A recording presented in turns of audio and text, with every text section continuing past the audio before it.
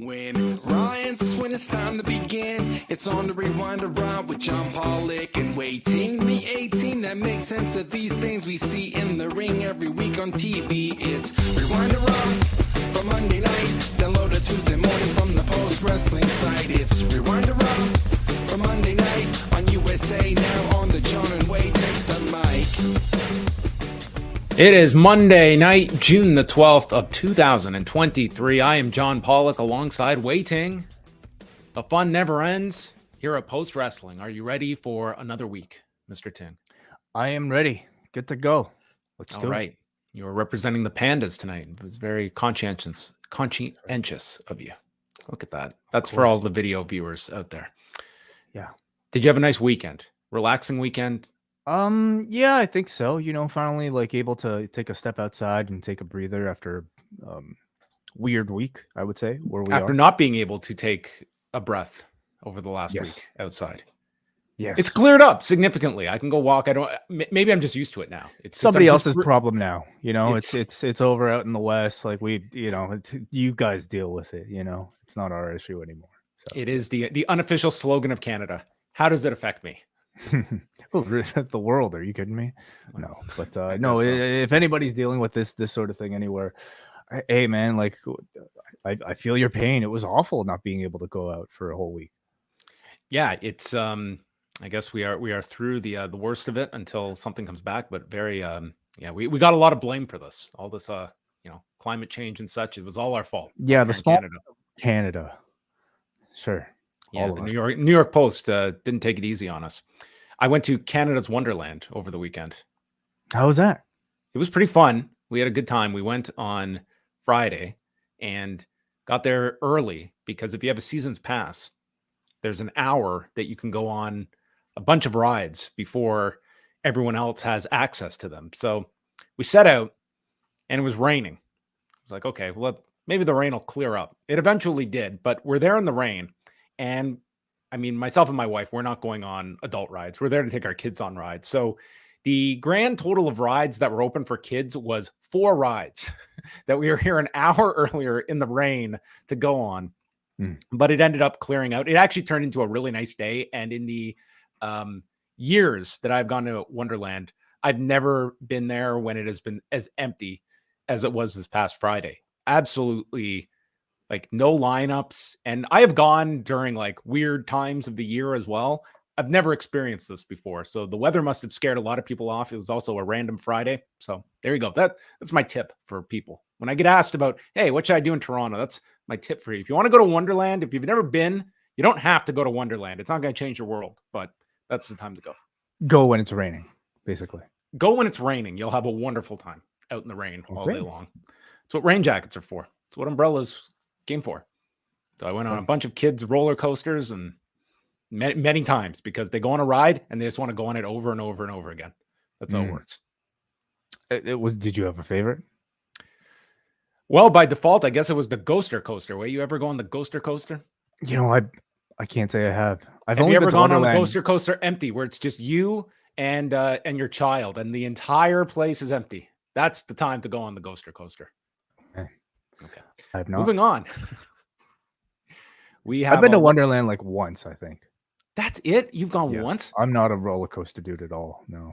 I would hate to know the number of. I used to work at Wonderland, so there was a summer that I went there like 100 times. It was a very, very long, arduous summer where that's a long trip. It's a really long trip to get there. Yeah. And in my department, there were about 100 or so of us. By the end of the summer, 4 of us were still there. 4 of us made it from the beginning of the season to the end of the season. That's not firings. That's people that I do not want to do this anymore. It's a very arduous job. That was, I experienced everything. I got burnt by cigarettes. Got a call once from somebody who was in the parking lot and was lost. Couldn't find the park from the parking lot. You go through, you truly learn the entire circumference of humanity when you work at a place like that. We have used up our yearly quotient of Wonderland talk, so we are moving on. It is a packed week at Post Wrestling. We have a lot coming up later on this week. First of all, I want to talk about the Post Wrestling Cafe. 4 shows coming your way where we are going to be doing the double shot on Wednesday night immediately after Rewinded Dynamite, chatting about the latest episode of Dark Side of the Ring, which will focus on the Graham family, which is a very intriguing episode. I've not seen it yet, but I'm looking forward to this one. Thursday, it is Rewind Away time, and we are going back to June of 2011. On the night before CM Punk's infamous pipe bomb, there was a pay-per-view at the Hammerstein Ballroom as Davey Richards challenged Eddie Edwards for the ROH Championship. And this also featured the return of Kevin Steen after losing his mask versus career match to El Generico. So a lot of Steen and Zayn involvement. And this is the first major show after the sale to Sinclair Broadcasting. So this is certainly a pivotal moment in ROH history in 2011. And the best part about watching this Go Fight Live pay-per-view is not having to watch it on Go Fight Live, as I probably did in 2011 and was probably ready to throw my laptop off my balcony when I was, because Go Fight Live, there was nothing live about Go Fight Live and nothing seamless about that stream either. But we will go back to 2011 chatting about that. Friday is Rewind to SmackDown with Way and I. And then on Saturday, it is the launch of a brand new show on the Post Wrestling Cafe. It will be a review of Collision. And on Wednesday night, we will introduce the two hosts of the Collision Review that will be with you each and every weekend to chat about AEW's latest 2 hours of programming. So a lot of great stuff coming up this week on the Post Wrestling Cafe. You can join at postwrestlingcafe.com or video.postwrestling.com if you want to see these new hosts. Yeah, absolutely. Terribly excited for this, and it's coming at a really busy time for us over here in Toronto, especially. So you'll be joining the two of them, I take it, on Saturday for this for first week edition, one. right? For week one, I will be on the show with our two new hosts, and then they will be taking it from there. On the show will be dropping Sundays on the Post Wrestling Cafe, so look out for that, and we will introduce you to all of them on Wednesday. But Wednesday is going to be a very busy day. We've got Rewinded Dynamite, we have the double shot, and Pollock and Thurston will have a very special show coming up on Wednesday afternoon, 1 p.m. Eastern time. And myself and Brandon will be joined by AEW President Tony Khan. So that is coming up this coming Wednesday on Pollock and Thurston. So look out for that, as we will be talking about Forbidden Door, a lot of focus on the launch of Collision, CM Punk. We will be talking about many, many subjects with Tony Khan. So look out for that with Brandon and I coming up this Wednesday. And that will be available on both the Post Wrestling and WrestleNomics feeds after the fact. Didn't even have time to build up to the huge announcement. But no, we were going to cut to me backstage and I was going to announce it. We didn't even have that all queued up. And while we're on the interview front, Braden Davey over at Poison Rana, they have a hour-plus interview with Mercedes Martinez that you can go check out now. It is up on the Post YouTube channel and on the Poison Rana podcast feed. She's going to be part of the Smash Wrestling Femme Fatales card, Girls Next Door, that is happening the same day as Forbidden Door, just down the street at the Rec Room at 11:30 a.m. She's taking on Masha Slamovich. But this interview was like a career retrospective and somebody that can juxtapose the current state of women's wrestling to when she broke in to the industry as well. So a great chat that Braden and Davey had, and the whole hour-long interview can be found at youtube.com/postwrestling or on the Poison Rana podcast feed. Yeah, absolutely. Just on the WrestleNomics front, if you listen to the show this past weekend, they are going to be doing some changes. We'll be moving Brandon will be moving WrestleNomics Radio to the WrestleNomics Patreon. The Pollock and Thurston show will continue to exist on the WrestleNomics feed. I believe once a month they'll have an edition of WrestleNomics Radio also on the free feed. But do tune into this week's edition of WrestleNomics for all the details there, and in the subsequent weeks as we enjoy our final month, I would say, of WrestleNomics Radio on the post feed. Yes, but we'll be continuing weekly with Pollock and Thurston. So plenty of Brandon Thurston and WrestleNomics to be found here at Post Wrestling. And you can get the whole schedule for the week. There's a lot of shows coming up this week. Wellness Policy, the NWA podcast, WrestleNomics, All of it can be found postwrestling.com. Check out the entire schedule coming up this week. And I want to give a big thank you to all of the people that have bought tickets so far for the Forbidden Pour that is coming up Sunday, June 25th. We have moved a lot of tickets for this, so I'm looking forward to meeting a lot of you on Sunday, June 25th at the Real Sports Bar, 15 York Street, right across the street from the Scotiabank Arena, the day of Forbidden Door. You can show up. Doors open at 3. We're going to be doing a live Ask Away session, taking your questions live and in person, and who knows who else will be joining us, potentially the whole post-wrestling universe coming to Real Sports that day. And then as soon as Forbidden Door is over, you can race back in and join us for the after party, as we will be going into the, well, not too late, but into the wee hours. As late as we're able to.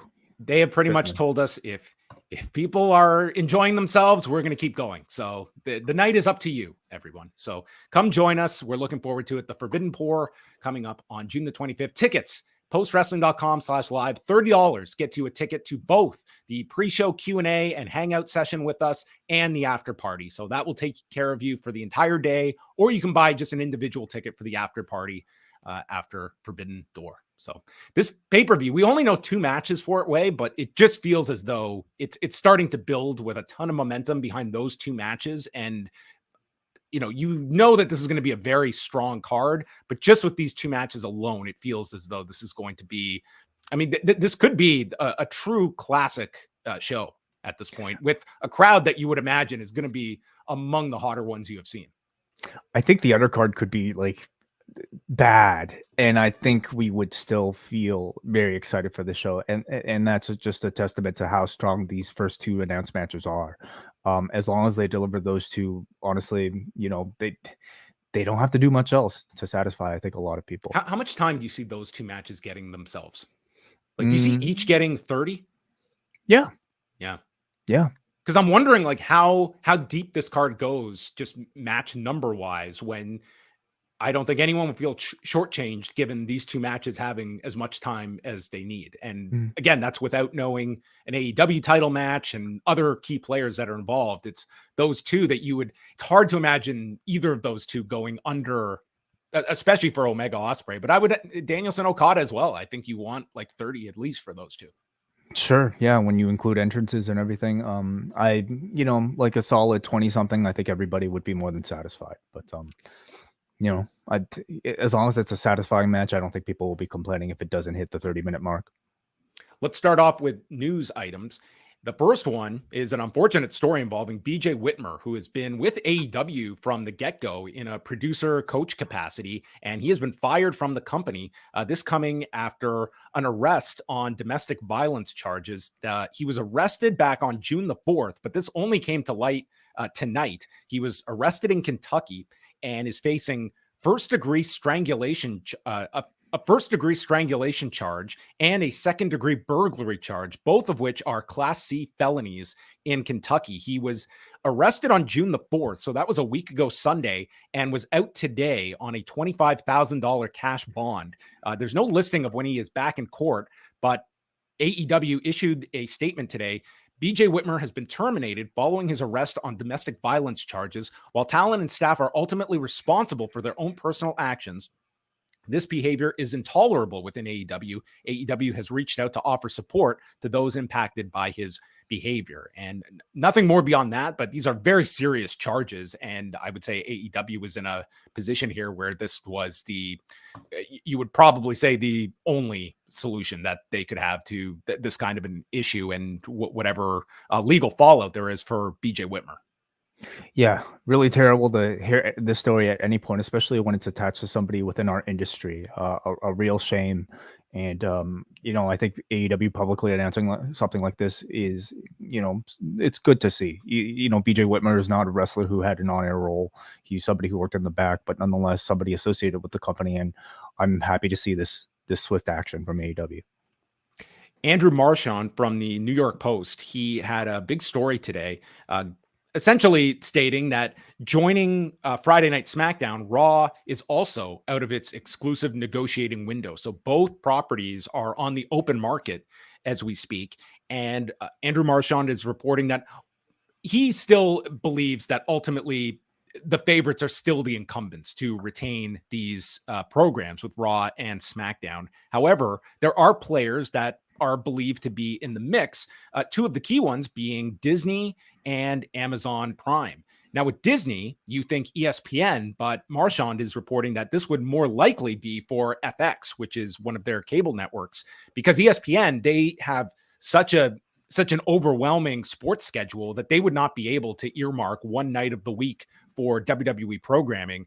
And FX, which has its own original programming, has a much more flexible schedule and therefore would potentially be a fit in all of this. The other is Amazon Prime, which for obvious reasons that we've discussed, they are trying to build out their sports portfolio, and WWE would fit into their strategy and where they're going with.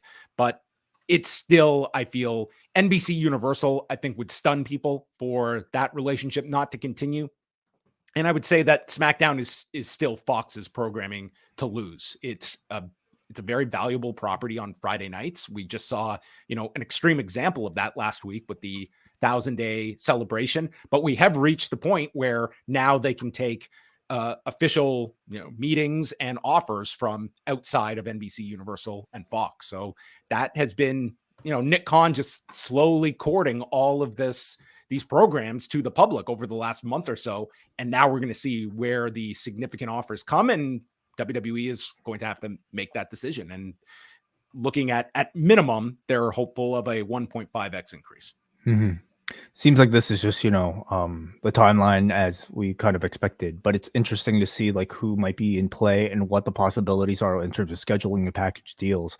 What a WWE may potentially look like under, a Disney umbrella, or even an Amazon umbrella. What sort of like corporate synergies will we see with, their other properties and things like that. Until we get any more concrete news, I mean, it's just kind of fun to speculate, but at the moment, it just seems like what odds are they stay where they are. Well, the other description of speculation would be this subheading, dark horses, here in this New York Post story. And this is from Andrew Marchand. At this point, we would put both Apple and Warner Brothers Discovery in this category. They both seem more focused on the NBA, but one nugget I was told that may interest wrestling fans is that Warner Brothers Discovery does not have to stay exclusive to AEW. It would be something if it got in on WWE, but I don't see it yet. So that would at least, if that is to be true, the fact that Warner Brothers Discovery, if they wanted to go after this programming, it's not a case that it would be an either or proposition with AEW. However, on the other side of things, I mean, we have seen WWE just with this whole issue with the whole MLW lawsuit and the fact that Peacock, they were able to negotiate an exclusivity clause. I cannot fathom WWE wanting to be in Warner Brothers Discovery and being part of the wrestling programming. I mean, it would be, to me, I would go so far as to think it would be a deal breaker for WWE if Warner Brothers Discovery wanted both of these companies under one roof. Well, do we know when the AEW current deal expires? So Tony Khan has never officially stated that the option has been picked up, which would take them believed to be towards the end of, or to the end of 2024. So there is that potential that if Warner Brothers Discovery could strike a deal with WWE, that AEW could, in theory, go elsewhere. And would there be any overlap between the start of a new WWE deal with the same time that an AEW contract ends? Probably. Well, yeah, there would probably be 3 months there. Like if the AEW, as we believe it, that this extension would take them to the end of 2024. Raw and SmackDown end, it's like September 30th, 2024. So you would have an October, November, December period where in theory, again, highly unlikely, but it's highly unlikely. We have to lay it out, as a possibility. You can't, especially in a world where Warner Brothers Discovery has a minimal or complete divorce from the NBA.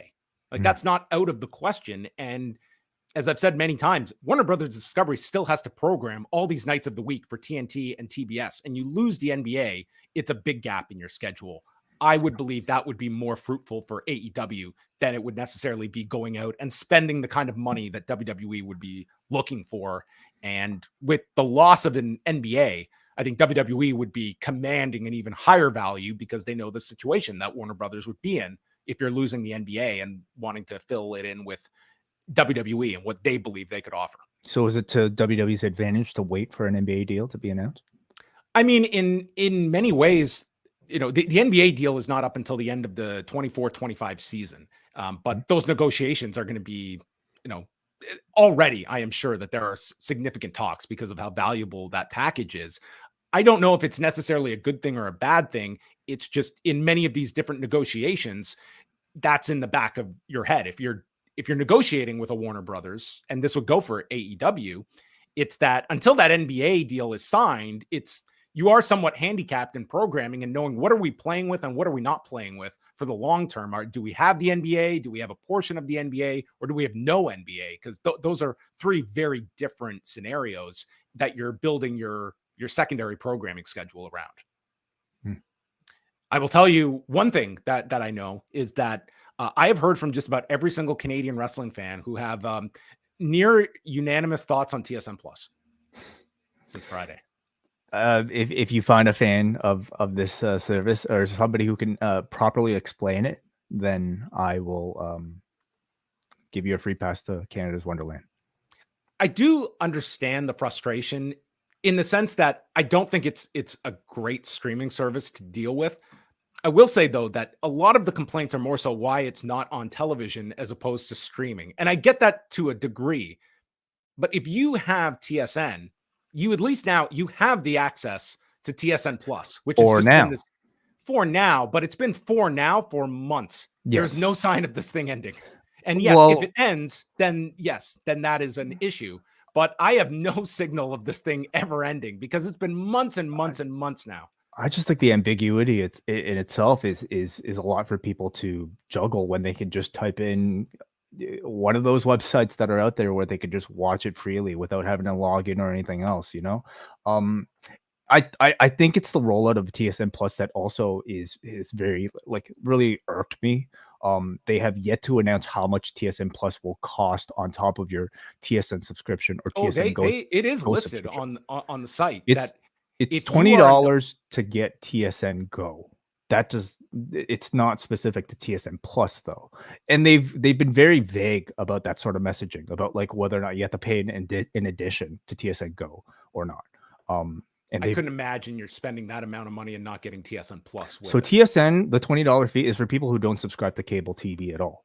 Just like, for Sportsnet, if you only want to watch Sportsnet online, you pay a certain fee in lieu of, subscribing to a cable package on Rogers, for instance. And that's what the $20 is that you're getting for TSN.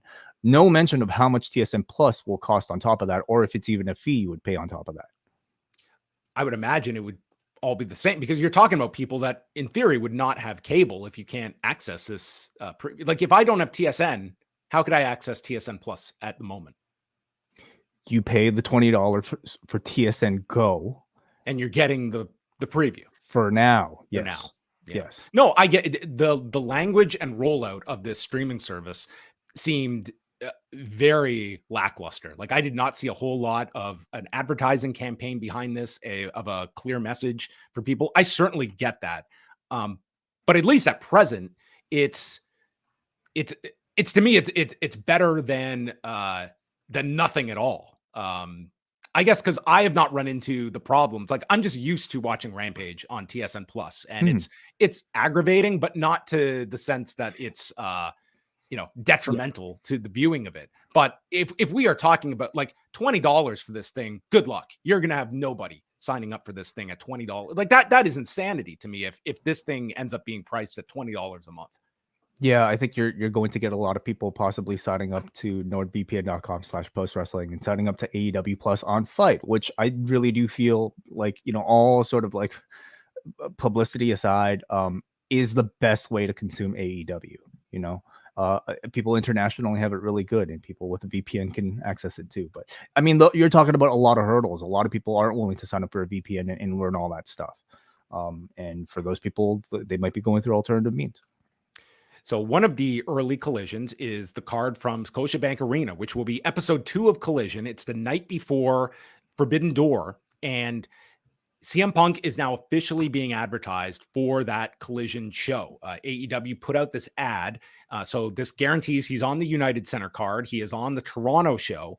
And I heard from one person in Hamilton who had seen local advertising with Punk's image for the Hamilton show as well. So I'm thinking that Saturday, I think it's very likely we're getting a promo from Punk. We're getting a match from Punk. And probably an angle to set up something for week 2 with Punk as well. Why would you say that it's likely that he would wrestle? I'm talking about show 1. They've announced. Oh, show 1. Okay. Yes. But sorry. So what are you expecting for show 2 in Toronto? I think that for show 2, I can almost see the idea that he is announced for a match week 2. And there's nothing announced for Forbidden Door. And if he is going to wrestle on Forbidden Door, that will be set up the night prior. Mm-hmm.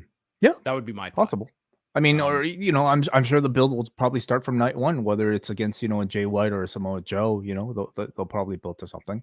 But something like this makes you wonder why this wasn't announced like the week of the Punk return announcement. Like why wait till today, to make the announcement? Or were they not sure that he would be there for some reason? Or did they think that, it was assumed that he would be on every single Collision?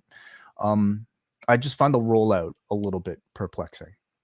Well, WrestleTix has the latest figures. So Collision on Saturday in Chicago, they're at just over 8,400 tickets out. So I would say like that is a very good shot of clearing 9,000, maybe to 9,500 by showtime on Saturday. We'll see how much CM Punk anticipation there is over these next couple of days. Do you see a way that hits 10,000, moves 1,600 tickets from now till Saturday? Now till Saturday, man. Let's see what else they announce on Wednesday for it. Do we get, anybody like, well, I'm sure we'll get plenty of announcements on Wednesday, but, I feel like they should, like CM Punk returning to Chicago. I feel like 10,000 is not like out of the question. I could see a big walk up. Like this is going to, again, it's not going to sell at the United Center, but this is going to be a very good number for them on Saturday. It's the Collisions after that have not felt this bump. Toronto is currently just under 1,900 tickets out. Hamilton is under 900. Regina is at 1,350. Calgary, which will have the Owen Hart Cup Finals, is at 3,500 at the Saddle Dome.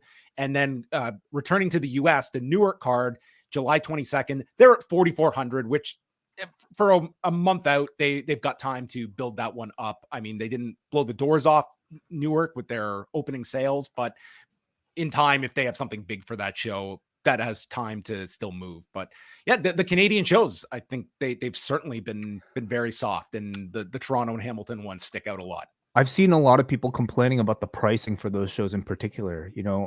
I haven't looked into it myself, but it seems like a lot of base level prices are like, I don't even want to speak, but they're a lot more than people were expecting for something like that. I could see them, bundling tickets at some point for some of these Collision dates, especially the one in Hamilton. So if you're on the lookout for some of those, maybe it's best to wait. G1, there were announcements over the weekend of the blocks and the entire schedule for the summer tournament. So it is 4 blocks like last year, although it is a different format. Last year, it was the block winner in each 4 blocks that advanced to the semifinals, and then the 2 winners met in the final. This year, the top 2 go on in each block. So it'll be like first place of one block takes on second place of another. So there's 8 positions at stake to move on to the next round. It's kind of like an extra round built in, almost like, like what do you call it in the World Series? Like you have your like the divisional series, divisional race, and then you have your sort of like you'll have 3 nights at the end where you'll go from the quarterfinals, the semifinals, and then the final is on the Sunday, August 13th. Yeah, I kind of like the idea, the purpose of a G1 really should be to give a bit of an extra spotlight for whoever comes out of the tournament. And oftentimes, even if you're a finalist, you end up, getting just as big of a push as somebody who ends up winning, for people that are at least unexpected. You can also do the different stories where in some blocks you have the guy that gets out and it's just mounting up the undefeated streak, but it doesn't necessarily eliminate all the others because they're still fighting for that second spot. It's the F1 theory that even if there's the dominant number 1, everyone can fight for 2, and you can have some parity at that point. it creates, I think, a lot more interest. And as well, they're putting most of the shows, it's 2 blocks together per day. So that's going to eliminate. I remember one with Tom Lawler last year where it was something like a week to 9 days or so in between tournament matches. It seems like a lot of that's going to be eliminated, and you're not going to get the undercards for a lot of these shows, but it's all meaningful matches, which just mean longer days for us. So let's go through these blocks. A block has Sonata, Chase Owens, Hikuleo, Ren Narita, Shota Umino, Yota Tsuji, Gabriel Kidd, and Kaito Kiyomiya. So a lot of the younger talent is in here. Notably Kiyomiya, who if you saw the All Together Again main event on Friday, in that 6-man, man, he felt like the star of that match, and he was in there with the star of all stars amongst them. But that Okada Kiyomiya feud is red hot. But curiously, they are not in the same block, although that does not mean that they don't have some match, just a more meaningful one down the stretch in the G1. Yeah, maybe even, more interesting to have that happen later on. I look at something like this, and maybe you might pick Kaito Kiyomiya as one of the favorites.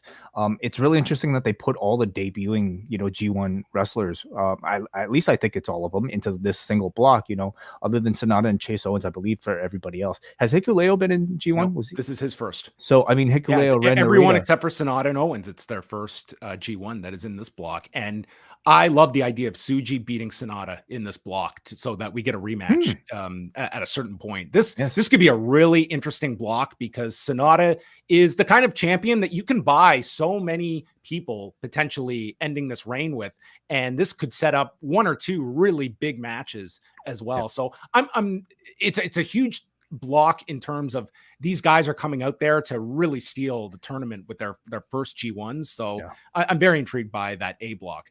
B block has Kazuchika Okada, Yoshihashi, Taichi, Kenta, Great Okan, Will Ospreay, Tangaloa, and El Phantasmo. So maybe the big one here is Okada and Will Ospreay having another match, which I believe is July 27th.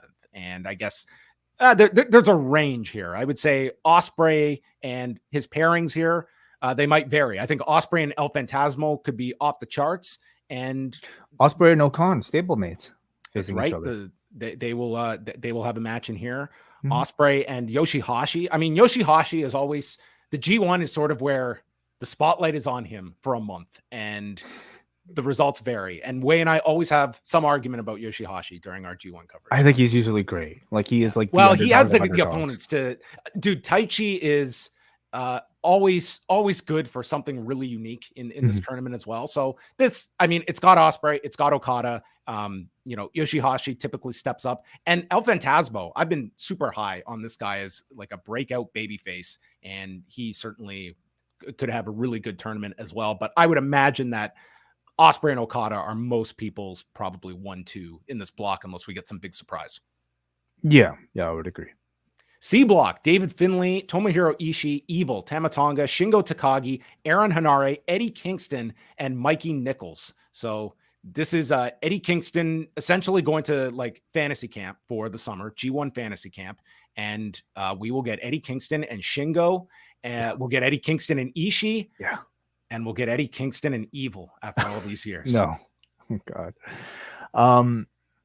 Part of me like was kind of hoping for like an Eddie Kingston Okada, Eddie Kingston sort of like Tanahashi big face off, or even like a Kingston Naito. But I mean, shit, like if you're gonna pair him with anybody, pairing him with the Shingo, pairing him with the Tomohiro Ishii, you could do a lot worse. So I think he's going to have a lot of fun in this tournament. And who are the 2 favorites in this block to advance? I think David Finlay is a pretty sure bet. David Finlay back in C block after all this time. It's full circle. It would not stun me. I would say like your next seed, like I think Kingston is going to be booked very well. If he clinches and goes to the next round, it's possible. It's possible he goes ahead of Shingo. It's possible. I maybe I don't see it so much, but I definitely think Finley's a favorite. I wonder if Hanare might have any sort of legs as somebody that they might be pushing. You can always maybe count on Evil as just some sort of disruptor that like probably won't be moving past the block finals, but he's definitely a heel that people want to cheer against. So I would never count that out. Yeah, and you have Tamatonga in the mix on top of that. The D block has Hiroshi Tanahashi, Tetsuya Naito, Hiroki Goto, Zack Sabre Jr., Toru Yano, Jeff Cobb, Shane Haste, and Alex Coughlin. This is an interesting block because I'm really curious how many more G1s Tanahashi and Ishii have left in them. And I think you have to extend that to Goto. And I mean, we're even getting to that conversation about Naito, where I don't think this is the end for them, but we're much closer to the end for some of these guys than we are like the prime of their runs, where they can be depended on to do this very intense tournament every summer. I think it's something like his 22nd G1 for Hiroshi Tanahashi. And that's like, college graduate. That's his G1 career as a college graduate, which is insane. Definitely like probably older than some of the people in this tournament even. Is there any chance this is the last G1 for Tanahashi this summer? No, I don't think so. I don't think he's like, I haven't heard any sort of rumblings of like a retirement for him anytime soon. Even if there is, I think they'd make a bigger deal out of his last G1. Yeah, this is, this will give you, this to me is the Zach block. I mean, he's been on fire this year. I mean, another contender when we're talking about wrestlers of the year. And I think he's going to have, like, him and Naito have that history from the G1, like the whole injury to Naito. Zach and Tanahashi, they're never going to have a bad match together. Zach and Cobb just had a really terrific match together. I'm interested to see like Coughlin and Shane Haste for the same reasons as a lot of the A block guys in their first G1. And I mean, Toru Yano, he has just always carved out a spot for himself in these tournaments. So you'll get Zach and Yano. Yeah, always something to look forward to. So there you have it. That is the G1. Stay tuned for our plans for G1 coverage this year, but it will be covered on the Post Wrestling Cafe. More info to come. And the final bit of notes are the ratings from Friday. SmackDown came back down to earth after that huge number the week prior with 2,278,000 viewers and a 0.6 in the demo. So even coming down, this was their second best number since April 28th. And this was going against the Heat Nuggets that did 10.4 million viewers. And they did about 126,000 viewers in Canada. So all in all, it was still a very good number for SmackDown, but not to the level of the week prior. So the decision, the fans saw through this one way. They knew they were not getting a solid decision from Jey Uso. You also don't have like a, nice round number attached to this particular show, like 1,000. No, those zeros, they really pay for themselves in the long run when you can attach that to a title reign.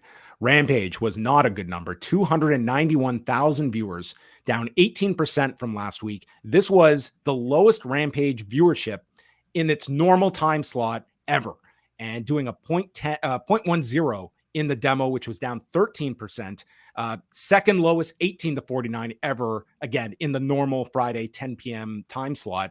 And a lot of it was the younger audience. And it was interesting because women 18-49 were actually up 8%. It was men that fell 30% that were not into this show. 18-34 was down 32%. And there was also a bit of a fall for your older demo, the 50 plus demo, going from a 1.7 to a 1.3. So they were 27th on cable, also against the NBA.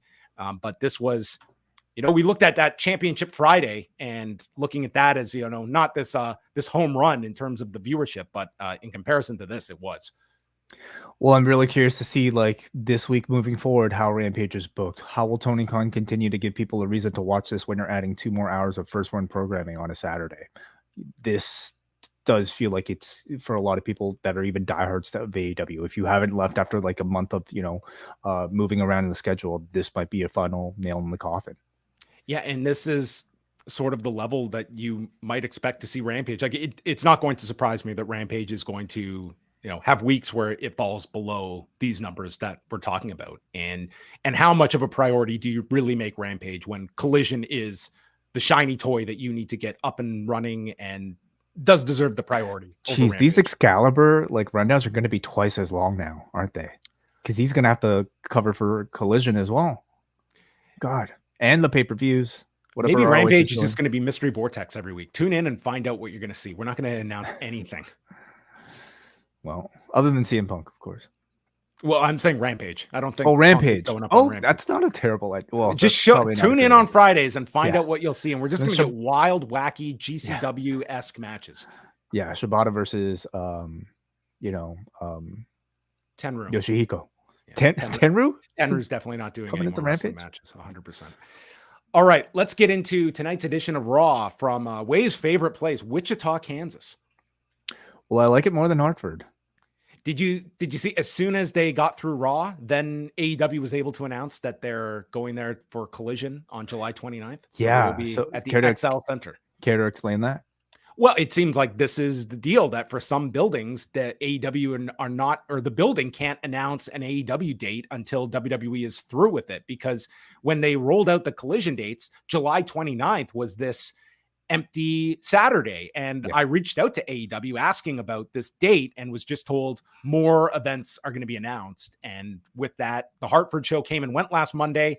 And I think it was Tuesday, if not Wednesday, they announced the XL Center for Collision. It's understandable that WWE with its command of the market can demand something like that. But could you imagine if like other things that booked arenas had the same sort of like ability? Like let's say a rap show is booked and this building the Wu-Tang Clan is playing. Any other like rapper, Drake cannot announce a date until the Wu-Tang Clan have performed. I mean, that's just ridiculous. So are you going to look down on me that I snuck this into the Real Sports contract that they can't announce any other dates for Real Sports until we're done? Well, when we're the benefactors, then no, it's fine. Then the rules change. Yeah. Tonight, the InTrust Bank Arena, the IBA, as I'm sure it's colloquially referred to as. Good thing it's not a stadium. Yeah. No, it's just InTrust. As the IBS would not be great. I was a little slow on the draw on that one. That's very good. Adam Pearce went into his loot bag of toys and pulled out yet another championship belt. And Rhea Ripley is now the WWE disputed women's world champion.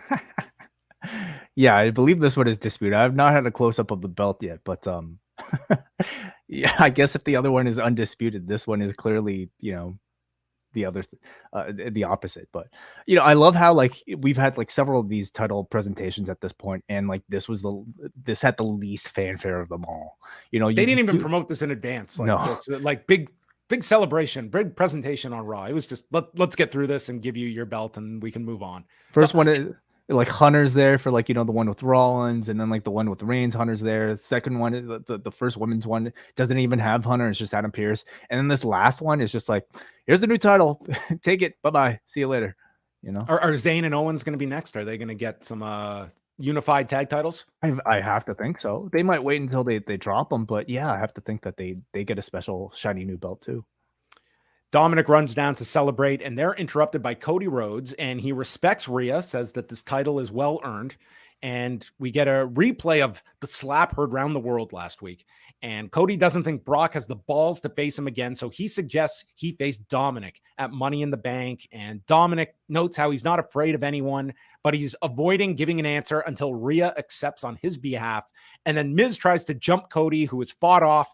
And with Cody's back turned, Dominic with a hit and run, and then flees the scene as Cody is struck yet again by Dominic, who gets the strike in and is hightailing it out of the ring. So as expected, we're getting Cody and Dominic at Money in the Bank. And I don't want to repeat myself, but I'm going to.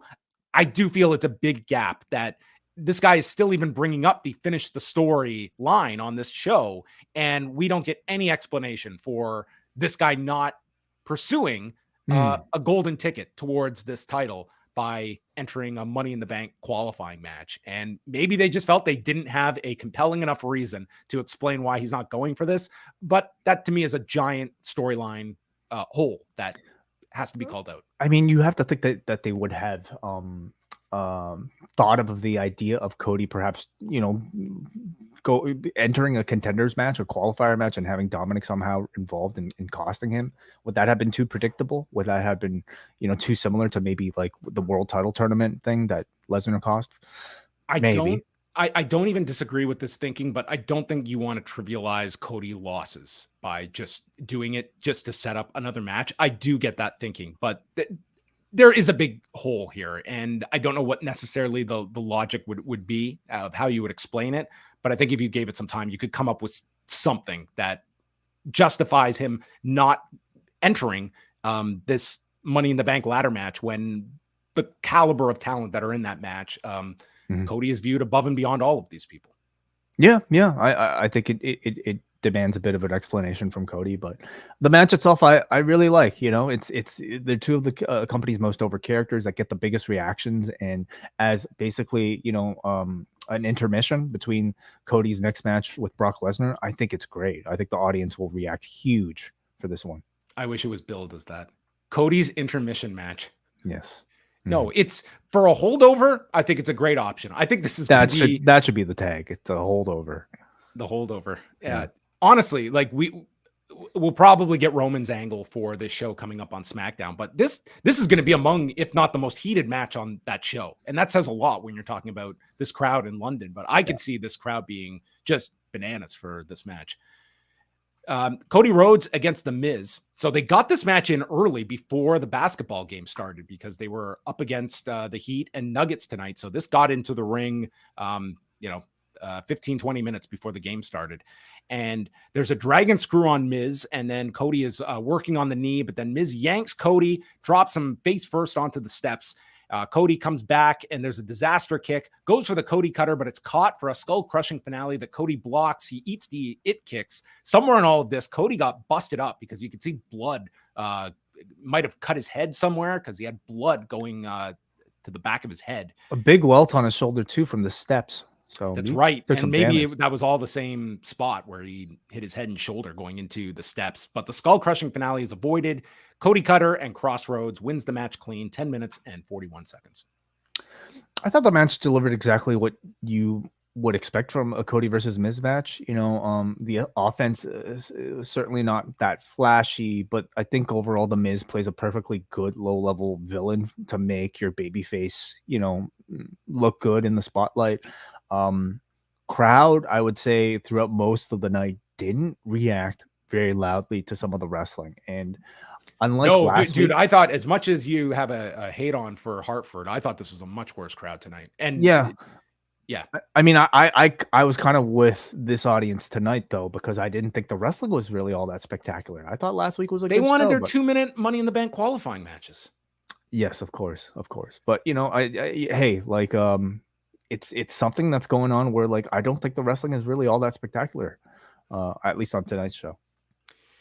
Becky Lynch was hanging out with Owens and Zayn, then walks past Gable, who's training with Otis and Maxine. That would have a payoff later. And she comes out. Throughout her career, she has never won the Money in the Bank ladder match. So the purpose of this promo was to explain why winning Money in the Bank is bigger than headlining WrestleMania or winning a women's title. And the key word was power. And she used this word so much that she got tongue-tied and had to even call out her own inability to convey what all this power means. But in essence, she is saying that having the title is one thing, but having the power is the real value, the most valuable person in this company. And having the briefcase means you have the power. So it's more important than the title, which begs the question why anyone would cash this thing in. It was, I think, a promo maybe that looked fine on paper, but in practice, it was very convoluted. And I think the stumble in there, a rare one from Becky, certainly didn't help matters at all. I would say this was a rare miss from Becky Lynch. She said that Trish is scared and needed an insurance policy in Zoey Stark for their Night of Champions match because she knew she had already lost before the match even happened. So Stark comes out and she says that Becky, another thing you've never done is beat Trish Stratus, and you won't beat her and you won't beat Zoey in the Money in the Bank match. So Becky says how impressed she is with Zoey, but you lack a personality. And Zoey just screamed back at her and went to the tried and true line. Becky is only relevant because someone broke your face. And then she's getting littered with what chance. Zoey says she'll break her face again and make her famous. And then Chelsea Green and Sonya Deville come out as we go to Becky and Chelsea. But the talking portion of this before the match, I did not think that this worked at all. I thought this was a really difficult promo for Becky to pull off, just in the message she was trying to convey, both literally and figuratively. And Zoey did not have a great outing either, I thought, on the microphone. You're right. I feel like Zoey has the ability to project, which I think is already it's already ahead of where Ronda Rousey's at. Well, yeah, it's setting her above much of the division is what I'm trying to say, and that plus her ability to wrestle, I think they will continue to look at her very favorably for just having those two things. But the emotion that she got into here with her screaming, I thought was kind of unprompted and felt a little like it was overacting, which in wrestling is not that unusual. In fact, you kind of have to be a bit of an overactor in most cases, but I didn't think the line was infuriating enough that it demanded that sort of screaming, pro wrestler type of reaction. So I didn't really buy it. You don't have a personality. So Becky and Chelsea had a match. They explained Trish is not here. She is off shooting a magazine cover. So Zoey casually took a seat on top of a ladder to watch this. Well, Becky told her to grab a seat. And she did. She didn't pull up a chair. She sat on the ladder. Right. Yeah. Becky got kicked off the apron as Sonya distracted and then got curb stomped into the buckle. But Becky comes back with a missile drop kick and does her spot where she repeatedly throws Green into the barricade. And after Green blocked the manhandle slam, Becky moved to the disarmer, submitting her in 7 minutes and 19 seconds. So setup win for Becky Lynch going towards Money in the Bank. And we're probably going to get a bunch of these because we have quite a few weeks until Money in the Bank, and they've almost finished all the women's qualifiers and the men are done. Yeah, I'm kind of scared. If the past 2 weeks have really kind of been any indication on just how interested some of these crowds have been in the wrestling that they've been giving them.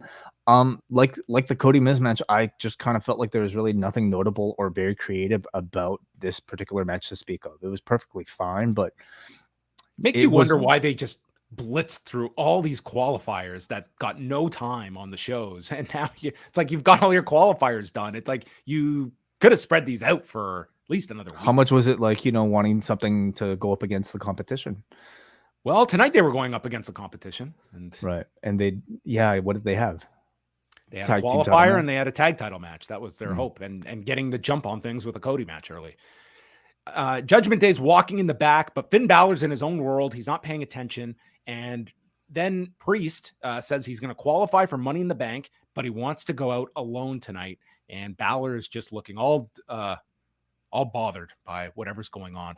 He was probably thinking about this reaction for his big promo that he was going to get. Sure. How am I going to cut my promo tonight in Wichita?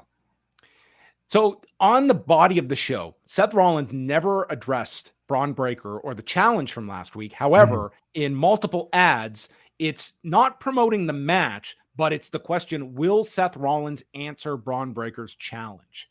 So it's kind of strange. I would assume we're not getting this match on Tuesday, but maybe you're going to get a video from Rollins. I don't even know if we're necessarily getting him showing up in the arena tomorrow. I think that would be that would make NXT look really bad. Okay. And I can't imagine. I don't know why you wouldn't promote the match if you were going to deliver the match in 24 hours. It's not like Seth Rollins was lacking any sort of promo time here. He had multiple opportunities to speak. And he's doing the open challenge next week. It almost negates doing a match tomorrow, unless Breaker's answering this challenge next Monday. I just think at the very least, no matter what the decision is, I think at least an acknowledgement of the open challenge from Braun Breaker will go a long way in making Braun seem like a big deal and making NXT feel like a connected part of this universe. We got none of it, other than this promo. So unless you watched NXT and knew exactly what was going on, you wouldn't know what they were talking about. And secondly, even if you did watch it, I don't necessarily get the sense that it feels like a big deal even that Seth Rollins could possibly appear on NXT. Damian Priest and Matt Riddle. This was the final men's qualifying match for Money in the Bank, and they went over 14 minutes. At one point, Riddle lands on his feet from a south of heaven, and then Priest knocks him off balance and tries a razor's edge off the turnbuckle. That's turned into a fisherman off the turnbuckle. Floating bro misses, and then Priest catches Riddle as he's leaping off the middle rope and turns it into the razor's edge. Gets the win at 14-20. So Priest is in the match with Butch, Shinsuke, Ricochet, LA Knight, and Santos Escobar. Those are your six. As we've expected, they've been doing a whole lot with Damian Priest. In fact, he's probably a front runner to actually win the whole briefcase at this point. Match was good. I mean, these two are friends and they have very good chemistry together. Again, it was one that definitely took the crowd a little bit to get into. So, I wonder if this is one of the older, average ages of a Money in the Bank match. We have 3 40-plus performers in this match between Priest, Nakamura, and Knight. I wonder. I mean, like there are. Wasn't Ric Flair in the Money in the Bank?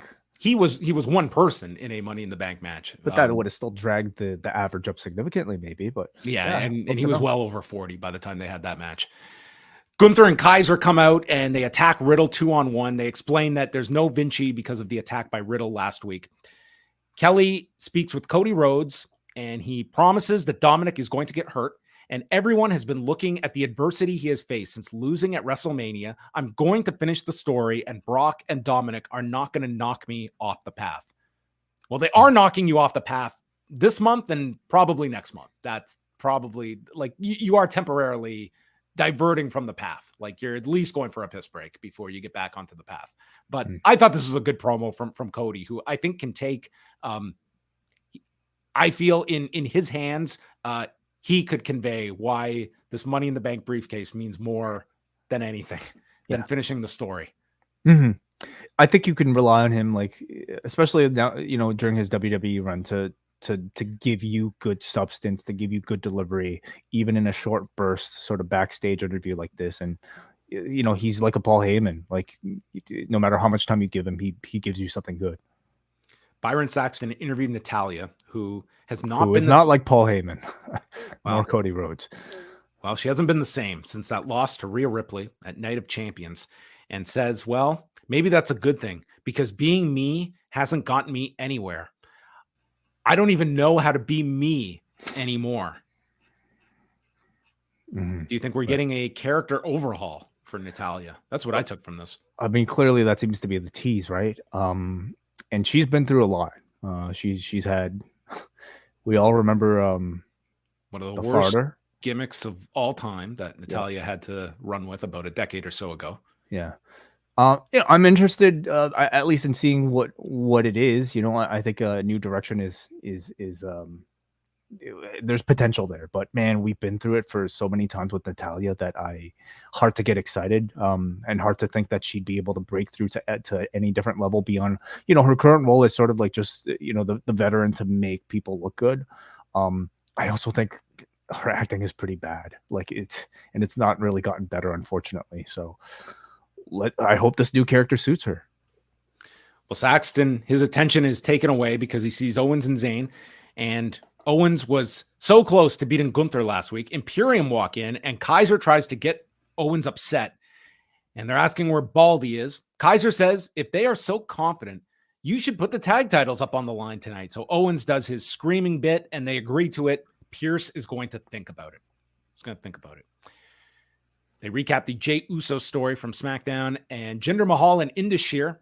They are not happy that they did not get a proper match with Alexander and Benjamin last week, so they want to have a proper match. So we're not going to announce Rollins and Braun Breaker, but we are going to give you a week's notice on Indus Sher against Cedric Alexander and Shelton Benjamin. This makes things like just like what they did last week that much dumber. Like, so they came out here and they attacked Shelton and Cedric before the bell. To what aim, I guess, only to come back here to challenge them to another match. So you're dragging this Shelton Cedric thing into 3 weeks. And I just don't think that this team is any more over. And I don't think they'll be any more over come the 3 weeks ending. This got the promo. It did not get a graphic for next week when they were teeing up what's coming up in Cleveland. Ricochet and Bronson Reed. This is like the three-way program that is just like spinning in circles for me. Yeah. So Nakamura comes out and Ricochet is on offense. He gets run over by an avalanche and then hits a cabrata for a 2 count. And Reed catches a moonsault from the apron and drops Ricochet onto Nakamura, who is seated at the desk. Reed then climbs to the top and Nakamura pops up, nails him for the DQ in 7:41, and Ricochet is just furious. I've lost by disqualification. Do you know what this is going to mean for me? So Reed runs Nakamura into Ricochet. Both are down, and there's an attempt at the tsunami to Nakamura, but Ricochet stops him. And together, Nakamura and Ricochet somehow put their differences aside over this disqualification to double team Reed with a superplex. And I kid you not, this Wichita crowd, which has been a flat line for 2 hours, starts chanting, "Holy shit." at this double team superplex. Yeah. To Bronson Reed, right? To Bronson Reed, yes. Yeah. Well, they like what they like, Superplexes. That was the key. It is impressive. It is impressive seeing a big man, get to superplex. But sure, like this compared to maybe some of the other things. To be honest, I didn't think Wichita had that much to cheer for up until this point, on this particular show. But they certainly didn't have a great finish to cheer for in this match either, because it was about as predictable of a DQ finish as you can get. It seems like a very clear build to some sort of three-way in the most WWE style possible. I DQ your match, you DQ my match, and let's all settle our differences. Adam Pearce comes out and makes a match for the three of them. It's just kind of awkward, because they're trying to build towards Money in the Bank with Ricochet and Nakamura in there. Reed is not in there. At the same time as, they're trying to build this three-way. So it would probably be a better match with Reed in there. Like your big base. Well, do you think this is like building up to Reed somehow entering the match? I could see that. I think it's a better match with Reed in there, and it would make storyline sense for him. Like they're building this as if he's in the match, but he's not in the match. So so we're getting a three-way at some point between Ricochet, Reed, and Nakamura. Does Reed take one of their places, or does he just get added in? I could see him being added in potentially, or not. Yeah, why not? I mean, they could just continues, and he's the odd man out. All the steam is being put behind Bronson Reed, I think. So he'd be missing. It feels like if he wasn't a part of Money in the Bank. Owens and Zayn have a heart-to-heart in the locker room where Zayn is worried about this guy's like blood pressure. It's like, dude, you've been like really upset lately. And Owens is going on and on about all the stress with the bloodline and going into Mania. Now he's paranoid about Imperium and what they're saying about him in a foreign language. Zayn just asks, okay, but are you good out there? Which dude's on the verge of a panic attack here. And it's like, you okay? Let's talk about the tag titles. Are they in any jeopardy here? No, I'll be fine out there. All right, cool. Want some water? Yeah, I'd love some water. Be like, friend, I think we need to have a more serious discussion. What is work masking at this problem at this moment for you? A friendship about as loyal as Sandoval and Schwartz. I think Sandoval would certainly be Kevin Owens in this situation. Sure. Yeah, I could see that. And Schwartz is going to catch it on the Yelp reviews.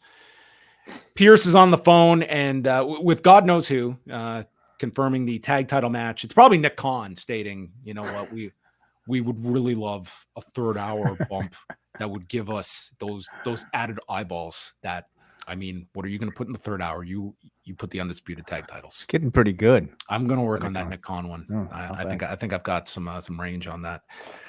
Ricochet walks in. He wants a rematch with Bronson Reed. But Adam Pearce, long-term booker here, he's already booked Reed with Nakamura next week. It's too late.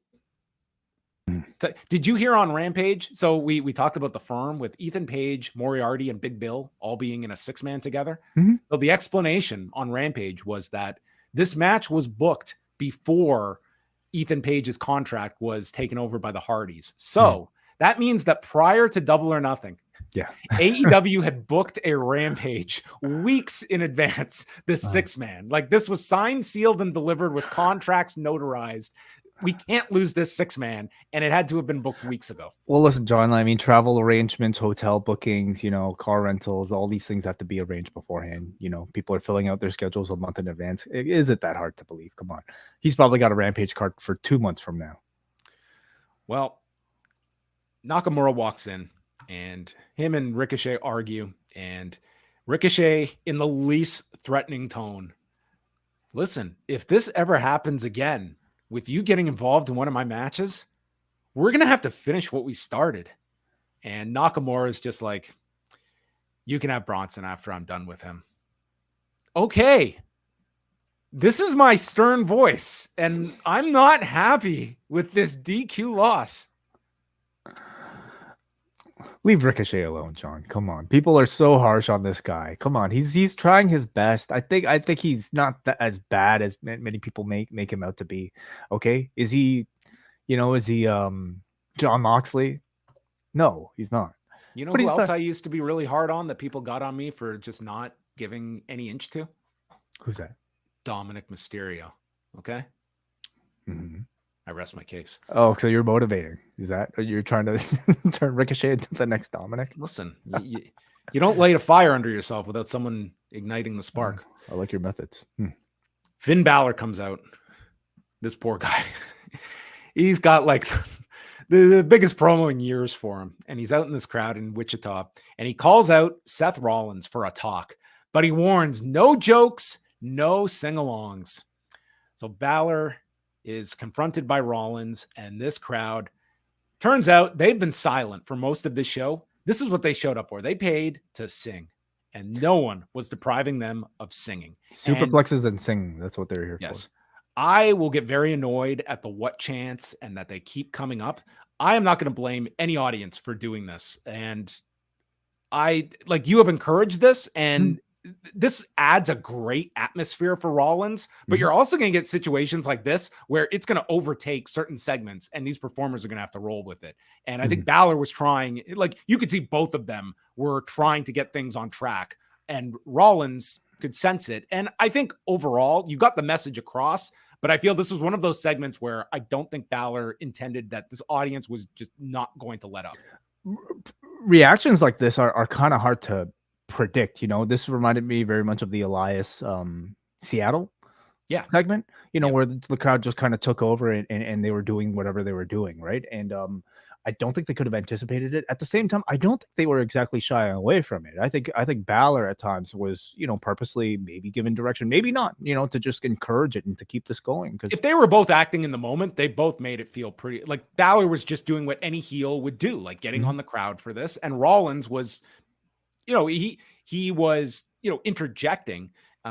And I guess it comes down to whether you felt that added to the segment or this kind of deteriorated the message of Balor. But regardless, I mean, it was an engaged audience, which on this show was necessary at certain points. So Balor's big promo here is that he's been waiting for 7 years to tell this to Rollins, that he was the first round draft pick in 2016. He beat Roman his first night, and then 3 weeks later beat Rollins to become the first Universal Champion. And if you remember that match, go to the Rewind Away archives. That was a match that the whole crowd booed that design of that Universal Championship, and they were so negative on that title to the point that Seth Rollins went on Twitter later that night to voice his displeasure with that Barclays Center crowd. So these two together, they brought out something in their live audiences. But Rollins starts laughing, stating, "This is the Balor I've been waiting for 7 years." And Balor's blaming him for the lows he hit since 2016 with the injuries. He understands that people get hurt in this business, but you took my momentum and a year from my career, which wasn't quite a year, but nonetheless. Now it's his turn to take all of this from Rollins, and he's going to do it at Money in the Bank. And Rollins says, we went different ways after that match in 2016. One of us got bitter, the other got better. And I made memories for fans because I changed, I adapted. Now I'm the best version of Seth Rollins, and the proof is this title that I wear. So he agrees to face him and says that this bitter shell of a champion, Finn Balor, doesn't stand a chance. But the Finn that beat him at SummerSlam with one arm hanging from his body, that guy has a shot. So he asks if that Balor is going to show up or this version of Balor who acts like a little bitch. It was a good segment that these two had mapped out. And I guess it just depends on if this crowd totally was a tidal wave to the actual dialogue between them. But nonetheless, you set up the match. There's a key story to this that they have, for whatever we talk about WWE forgetting about long-term things, this is a match and an injury that they have never let you forget. So I think most fans are up to speed on this, even though we're talking about 7 years ago, which is a lifetime when you think about it. Well, unfortunately, it has sort of become a career-defining moment for Finn Balor. The guy who, coming out of NXT was just like a really hot product that they strapped the rocket to and crowned basically, his first stint in the company and having it all go away the next day. It's kind of tragic. And unfortunately, Finn Balor hasn't done anything in the WWE that has surpassed that moment. And you know, it's for that reason that I think it sticks in everybody's memory, especially when you're talking about the combination of Finn Balor and Seth Rollins. And for that reason, I thought this was a really strong promo. If you could hear it, you know, if you could hear Finn Balor, that's the if. This was one of Balor's better promos in his entire WWE run, because there was a lot of, you know, what felt like heartfelt resentment from what, you know, again, has been a career defining injury for him at this point. And he used it to fuel this rematch against Seth Rollins. And I thought Rollins' retort was equally as strong and set him up for like a great heroic sort of like wisdom sharing moment where, you know, he says, in the face of adversity, I got better while you just got bitter. The crowd singing, I think, ultimately did make this segment feel more memorable. It would be one thing if I was there live and I couldn't hear what Finn Balor was saying, but because I could hear through the microphone, it just kind of provided like a really great enemy sort of like territory backdrop for Finn Balor to cut this promo in. And I think whether or not it gets remembered positively will be dependent on how WWE reminds us of it going forward. I think they should talk about this as if it was like, you know, this monumental night in Seth Rollins' career. Certainly, like in the build for this match at Money in the Bank, they should go back to this. Do you foresee this? Like we see a lot of audiences, like they will become like copycats that we've seen, like with Dominic and Don Callis. That's a positive. Is it a positive for Rollins segments that the audience kind of takes over in this way? I think it's all dependent on how they roll with it, right? You know, does the WWE like start crafting segments around the possibility of this? I do think they create like some pretty interesting and actually like spectacular like visuals for the TV audience at home. So I think they could use it to their advantage. When it's not expected and when it's not anticipated, and when it comes to the detriment of people cutting actual promos that are meant to be heard without interruption, then yeah, that could be bad. But for now, they kind of have something special that I think they're continuing to foster. Yeah, I mean, at its core, it's a lively crowd that's engaged in what's happening in the ring. So it's like I don't want to push back too much on that. It's more about like, here's something that has come up very nobody could have predicted the what chant still sticking around like 20 years later. Yeah, you know? and those I cannot defend as much. Shayna Baszler, Raquel Rodriguez. Just not a whole lot to this. Raquel caught a kick and landed some inside leg kicks, but then Rousey gets on the apron, and this led to Baszler rolling up Raquel, and Rousey provided leverage with her foot. 2 minutes and 13 seconds. Raquel loses, as she is probably texting Liv Morgan every night. So how are you doing? How are things going? How many months until you're back? And this was just Raquel thrown to the wolves and a backdrop to promote the unification match with Isla Dawn and Alba Fire that's happening June 23rd. Somehow this was meant to promote a tag team title unification match. I don't get it. Like, I think I know Ronda probably isn't supposed to wrestle every time, but I mean, in a tag team setting, I think they should have had a tag team match. Not to say that there are too many tag teams for them to beat, but I thought this did nothing for anybody. It was like they had no time given to it. Crowd was completely dead for it. They didn't even have time to show off, you know, what they could possibly do in ring if they had any sort of chemistry. So it was about as generic of a finish as well as you could get with a roll-up distraction roll-up. So hard to get excited for something like this. Yeah, it was almost the level of some of these qualifiers. Almost. At least lengthwise. They aired the tribute video for the Iron Sheik that ran on SmackDown. Chad Gable against Erik. They had even less time than the women. Gable hits a diving headbutt, and then Valhalla runs around the ring, and Maxine catches her with an arm drag, and that leads to a sunset flip out of the corner. Gable wins in 1:50, but the story of this was Maxine has learned an arm drag. Yeah. So listen, it's one thing when you're like listening to John Pollock like recap these and tell us like how long the matches were. If you're watching live, you got to sit through commercial breaks. You got to sit through entrances. You got to sit through video packages for 90 seconds of professional wrestling content. You know, we're talking 90 seconds of, like, I wouldn't even call it substance, because like it's like the wrestling is just even, there's no match you could possibly get into. Like there are no sort of stakes involved. It's just like, it's bad wrestling TV. And we had like for a lot of Raws, I feel like I've come out of enjoying, but there's a stretch for much of this particular edition of Raw that just felt like such a throwaway bad edition of the show. This segment was Maxine delivers an arm drag, but we have to dress it up with a match around this arm drag. And exactly. that's it. It was just the the side note, like a totally forgettable part was in the ring. It was to do an arm drag spot. A video aired on Rhea Ripley. She's great. That was the video. And this was perplexing too. It's because it's one thing if you're airing a video for, you know, a new NXT debut. JD McDonough, anybody like, you know, remember, she's not on the Money in the Bank card, so she has no opponent to build up. Wouldn't this have made sense to air like when you're doing the title presentation to just be like, hey, like we're here to celebrate this person and we're gonna get like, you know, like just kind of craft this entire segment around her. Instead, it's just like we all know who Rhea Ripley is at this point. Yeah, you certainly could have done a little bit more of just show the last year of like Rhea Ripley highlights leading into this segment where you present her with the title. Then we see Finn Balor, who is providing advice to JD McDonough, who had been like just disappeared for a few weeks. Now he's back. So we're at least still going in this Judgment Day direction with him. So he was supposed to have this feud with Dolph Ziggler. Remember that? What happened to that? He sent him to the hospital, or he attacked him, remember?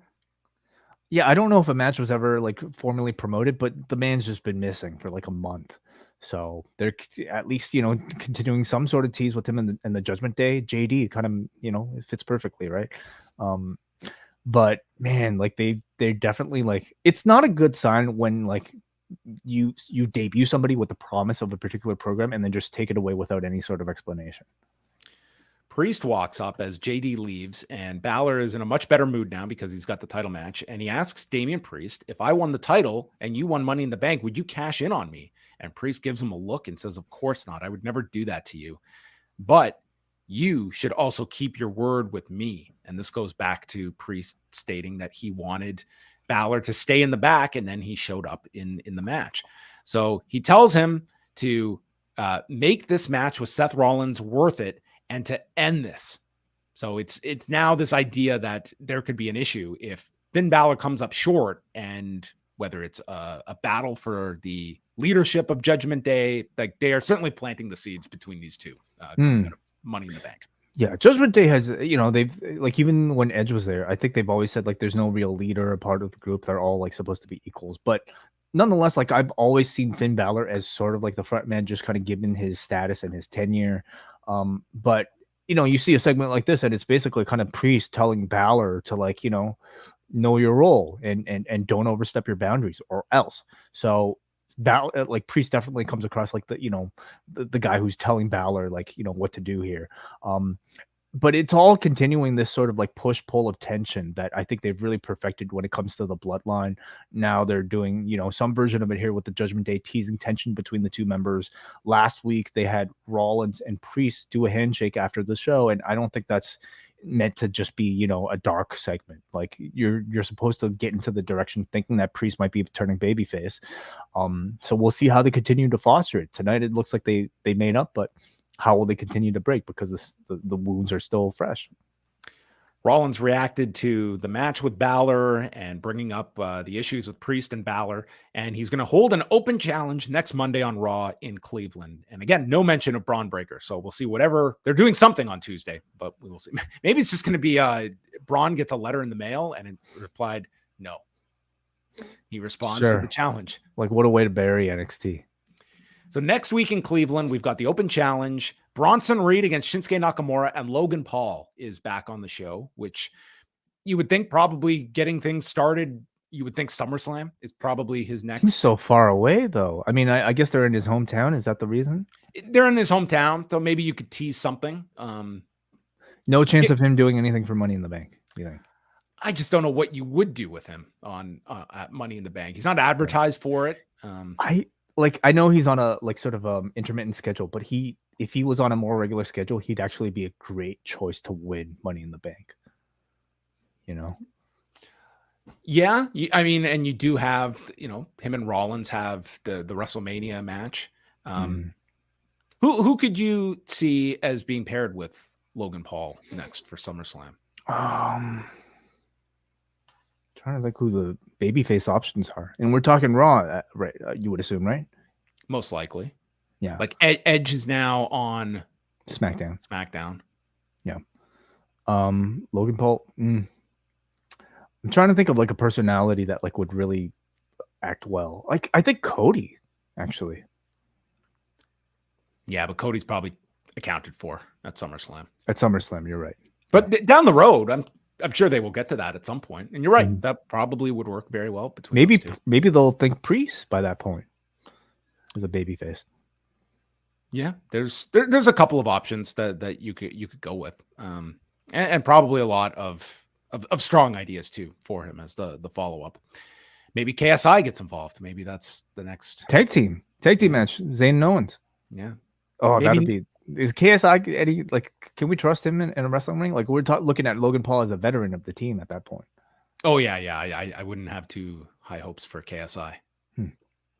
Main event is Kevin Owens and Sami Zayn defending the tag titles against Gunther and Ludwig Kaiser. They had the advantage on Zayn early, went through a pair of commercial breaks, and then things pick up as Owens gets the hot tag and hits a super kick cannonball on Gunther. Dude, Owens and Gunther, really Gunther and any of these two, it was great. And Kaiser certainly has, fits in seamlessly with this combination. But my God, these four just tore it up here during the last stretch of this match. Gunther blocks a stunner and drops Owens with a boot. So Zayn is in and he gets yanked to the floor and Gunther misses with a chop hitting the post. And my God, did he put all of his weight into this chop. There's a power bomb to Zayn into a European uppercut by Kaiser upon landing. And then Gunther hits Sami Zayn with the goddamn hardest lariat in the history of Raw. And I thought Zayn's head rolled into Topeka after he took this. There's an Imperial bomb, but Owens tackles Gunther to save Zayn, and Owens gets posted on the floor. Riddle comes down, and he's being stopped by officials. So Gunther attacks Riddle, and then Owens lays out Gunther with a DDT on the ramp, and Zayn is left with Kaiser and hits the Blue Thunder Bomb, and the Blue Thunder Bomb gets him the victory in 18 minutes and 17 seconds. Number one, I loved that Zayn won with the Blue Thunder Bomb and establishing that at least against a certain tier of opponent, this will work instead of just being a great near fall spot to win with the you don't need the haluva kick for every single win. But I thought this match was just excellent. If for nothing else on this show, this is the match to watch on Raw, because I'm not going to recommend anything else, but I just think that these four had a great tag match. Agreed. Yeah. I even felt this one maybe was a bit of a slow start. And at this point on this show, like 3 hours in, I wouldn't entirely blame, Wichita for not immediately reacting. But man, after the second commercial break, which I know that sentence right there sounds ridiculous. 2 commercial breaks from the Owens hot tag on when they're commercial free. That last segment, like it's a strong 10 minutes. It was like for the last segment of this show, they transported this show over to, San Juan or something like that, because this crowd was so incredibly loud. And you look at the match quality, it makes complete sense. It turned into an excellent match. I think the crowd completely accentuated, the last, 5 minutes or so, 10 minutes, I should say, maybe. Great work from all 4 men. Great near falls from Gunther's huge lariats on Zayn. I thought Zayn and Gunther had some really great chemistry. Zayn just like being able to sell and ragdoll for anything Gunther was giving him. That's a singles match I would love to see. I don't know if they've ever wrestled together. Have they wrestled? Did they have a match recently? Zayn and Gunther? Yeah. I don't know if they've had a singles match unless it's happened over on SmackDown over the last year. I would love to see just a substantial match like for an entire program, and maybe that's what we'll get at the end of all of this as well. But yeah, it looks like we're getting Gunther and Riddle. That seems to be the pairing that we're getting, right? It seems to be, and I'm wondering if are we going to get like Imperium, Owens and Zayn, and then Gunther Riddle? Is that where you see Imperium versus like Owens and Zayn? Like they've already wrestled, they beat them, right? What do you see as Owens and Zayn's role on Money in the Bank? I'm trying to this gauntlet winner, right? The gauntlet winner, yes, who they'll get on SmackDown. Correct. Yes, we forgot about that. So that's where they go. And then I guess Gunther and Riddle and Imperium are probably just in the corner. Yeah, so there you have it.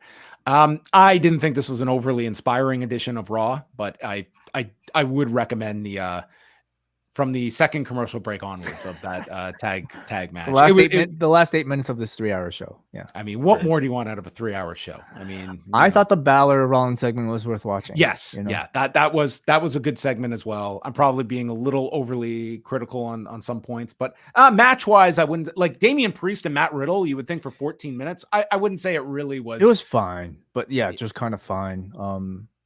I feel like they've had most better. I would go is fine on that particular match, but they are now in the clear when it comes to the playoffs. So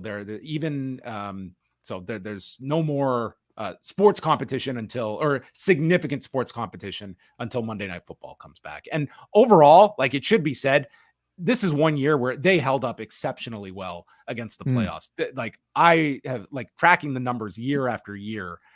They held up very well this year. That should be said, that they did not get the erosion that we have seen in years past, where you're talking like all-time lows or flirting with that level of number. So would logic tell you that you should be expecting increases year over year from this point on? We have, it's, to me, the interesting time will come August, September, where we're fully a year removed from like the Paul Levesque transfer year, where we were starting to see, I mean, we were already seeing the turnaround in the Vince era after WrestleMania last year. And, you could certainly dive into the numbers more, but like when you're talking like less homes you're available in and you're displaying increases, that's a very positive sign. USA going down. And USA going down, and it's at a time when it means more than ever. Like it'd be one thing if they were up year over year 2 years ago, but you're in your contract year and you're showing this level of increase. NXT has ranked in the top 5 the last 2 weeks, and it's like tomorrow you've got Baron Corbin in a match, Mustafa Ali in a match, a Seth Rollins angle. The unification is going to mean you're probably going to get Rousey and Baszler now popping up in NXT occasionally. So and the NXT deal is up in the fall. So that is kind of front of mind as well. So overall, they're in good shape television wise. And with AEW, like Dynamite, they did a phenomenal number last Wednesday. Rampage, the opposite, and Collision, it's to be determined. Like that is going to be the big number to look at. But to me, it's show 2 and 3. I'm curious to see what does Collision stabilize at beyond this week, which I think everyone expects it's going to be a big start on Saturday night. Well, they do have the benefit of having a pay-per-view like wrapping around the second and third editions of Collision. So, it's more a way that I'm surprised that Toronto show, like you would think all the New Japan talent is going to be in, and you could probably book a pretty fun Collision that night before, that you're going to get some like great wrestling, some neat matches. So what are you surprised by? That they haven't announced? I'm surprised that they're at like 1,900 tickets for Toronto. Okay. Like I never thought they would sell out, but I thought that would be easily good for 7,000-8,000. So I think it's fair logic. I don't know how many people are jumping to that conclusion that, okay, like night before New Japan Pro Wrestling, I'm going to see New Japan, night before Forbidden Door, I'm going to see great matches from New Japan stars, because that's not a guarantee. I also think a lot of people would have already purchased tickets to Forbidden Door. They might have purchased tickets to Hamilton, the Dynamite in Hamilton. We're also talking about some pretty high ticket prices. Obviously, that's a huge reason, is that people have like probably spent a lot of money on tickets to Forbidden Door, or if you're in Hamilton, like you've got your Dynamite tickets, and because the Wednesday, like they have a fine number for Hamilton. It's not crazy, but it's fine. And like that Hamilton show, like you're talking about people that conceivably could see 3 AEW shows before that 4th Hamilton event that week alone. And I guess it's similar for Toronto, that I'm getting my fill Sunday night with 4 to 5 hours of an incredible pay-per-view, and I'm not giving up a Saturday night as well. I just thought the ceiling or the floor would be a lot. It wouldn't be 1,900. I just figured that there would still be a rabid enough audience that would be, and travelers too. We're not even talking about Toronto specific. Yeah. That show should have moved more just because of the weekend and the assumption that You're going to get some of the New Japan talent. You're going to likely get Punk. You're going to get a great show, most likely. Like, it's people probably aren't spending upwards of like, $110 like for a ticket based off of an assumption. I think we wait till this Saturday to see what they announce for the week after, and because I would expect a good amount of tickets to possibly move. Again, maybe provided that tickets are a bit lowered in price as well. But yeah, we'll see what they announce, and we'll see how they push it. Last question, just on the Collision front. Who do you see on the broadcast team? Do you think it's all going to be internal AEW? Do you see them going with a creative voice that is inserted there? Yeah. I hope for Excalibur's sake that this guy is not having to be sent to I feel like you want to have maybe a distinct team. Just for travel for the poor guy, like, I mean, I don't know exactly like what his duties are outside of like the taping day. Like, for all we know, he's doing every single show that AEW does anyway. So what's another 2 hours? I mean, you're taking Dark off their plate. So but in terms of like presentation, in terms of like, wanting to make one show feel different from another, I would go with somebody else. 2-man team? I think it's more likely that you get a 3-man team. I think JR, ends up on that team, at least to start. I think Vita Scott is somebody that I would love to see. I think she's been great in any sort of like indie wrestling I've heard her in. It's a female voice on the commentary team. Oh, she's ready. If any national company gave her the call, she would be ready.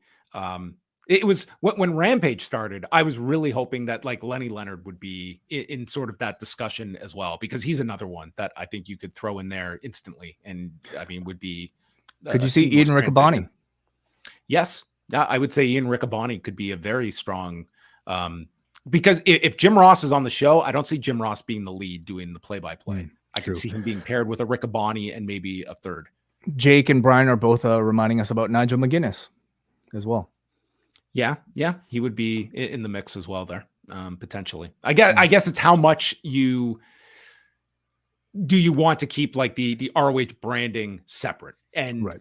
I could see one of those voices. You put both of them, but it's an interesting question. But at this point, what is ROH? Like it's your online brand, and if you have your best, like if you have your A team, and even if you have like I don't even want to call them your B team, because you have another A team within your system just of those names alone. You push them to the biggest stage possible. Yeah, I agree. I would not be, and that goes for talent too. I think like having an Eddie Kingston or a Shibata just exclusive to ROH, I just don't know if that makes a whole lot of sense when you need all, like, just being able to promote like a Shibata coming to Hamilton. Like, does that move up some tickets? Maybe. It certainly is not as necessary for Universal Studios as his exclusive venue to perform in. Mm-hmm. All right. We have one piece of feedback here before we actually have a super chat to get to. First of all, let's go to this one coming to us from Plethora, who sends $5. Thank you for the super chat. Plethora, who says, do you think moving NXT to FX so WWE is in business with NBCU, Fox, and Disney is the ideal scenario for WWE and Nick Khan? So Brandon Thurston did run the numbers, and FX in prime time averages about, I want to say 427,000 viewers, give or take. So NXT is above that. It's not a gigantic increase over that, but it's something. Would an FX necessarily be looking at the third property if they're interested? I don't know about that. Like, certainly when you're comparing to Raw and SmackDown, the brand that's going to have the least amount of suitors is going to be NXT. That I just see NXT as a package, an add-on to, like, we go after Raw and it comes with NXT. That is sort of how I would imagine them approaching it, because I just don't know if NXT is something as a standalone product that an FX would be introducing pro wrestling to their schedule and going after it. You can't say no chance of that happening, but I would is there considerable benefit to having a show on every sort of major network, even if we're just talking cable? Like, what exactly would the benefit be? I mean, it spreads your footprint. Like, it's the whole NFL model of, like, we have it across all of these networks, and we're going to, and they're on broadcast as well. Like, that is their way to combat cable erosion is just you stay on broadcast. It's also the most valuable television property out there. But I certainly think like there is that argument that you are going to have 3 companies that you're in business with that are going to compete with one another when these deals come through. It's like you know firsthand what this product has brought to you. Do we want more wrestling? Like that's what we're talking about with NBC Universal. Would they find it they know firsthand the impact of Raw. Does that make SmackDown more valuable to them to bring that over as well? So I totally understand that thought process of wanting to spread your programming across not just different networks, but also the different tiers that we've seen. Like they have a great component with broadcast for SmackDown, cable with Raw, and then your streaming deal with Peacock as well. All right. So thank you for the super chat. Muggin writes in and he says, an okay episode highlighted by Rhea Ripley's upgraded women's title. That was the highlight of Raw, was her coming out. And people kind of go crazy for like seeing these new belts. So yeah, she did look a lot happier than Roman Reigns when she was presented this title. Owens and Zayn, Gunther and Kaiser capped things off nicely, and the stuff in between was solid. Wichita was pretty unruly during the Balor Rollins segment. Finn couldn't get his point across fast enough, and his rift with Priest continued to grow. Seth issuing an open challenge in Cleveland next week has me intrigued over who will answer it. I bet it's Johnny Wrestling. That would make sense in Cleveland. Yes, it absolutely would. And plays off, his I would have had one of those videos air tonight then to keep that in the back of people's mind. They aired that vignette last week, and it was just about his repackaging. Braun will have to get his answer tomorrow. Okay, so yeah, that's a potential and an easy pop to put Gargano. Some people in the chat were suggesting Johnny Gargano as a future Logan Paul opponent as well, which could be good. Yeah, I don't know if Johnny Gargano is seen at that level, at least not now, but maybe one day. Okay, thanks everyone for joining us. We have a packed week at Post Wrestling. Again, the schedule is up on the site. Tuesday night, check out Up Next with Braden Harrington and Davey Portman, selling out venues worldwide. Yes, congrats to Poison Rana and Grapple for selling out their location for All In It, their pre-show ahead of All In London. I believe Davey has said if you are looking to get in, you should message Davey and he'll see what he could do. No guarantees, of course. Just hit him up on the lowdown with Lowdown Davey P. They call him Lowdown Davey P for a reason. Get you in. So congratulations to them. They'll be live 10:15 Eastern Tuesday night after NXT and Seth Rollins' big answer to Braun Breaker's challenge. And then Wednesday, big day at Post Wrestling. Myself and Brandon Thurston, joined by Tony Khan, 1 p.m. Eastern here on the Post YouTube channel. That will be on the Post Wrestling and WrestleNomics feeds. And then Wednesday night, Rewind to Dynamite at 10, immediately followed by the double shot at the Post Wrestling Cafe. So you can jump on board, postwrestlingcafe.com and video.postwrestling.com. So thanks to everybody for tuning in, and we will speak with you later this week.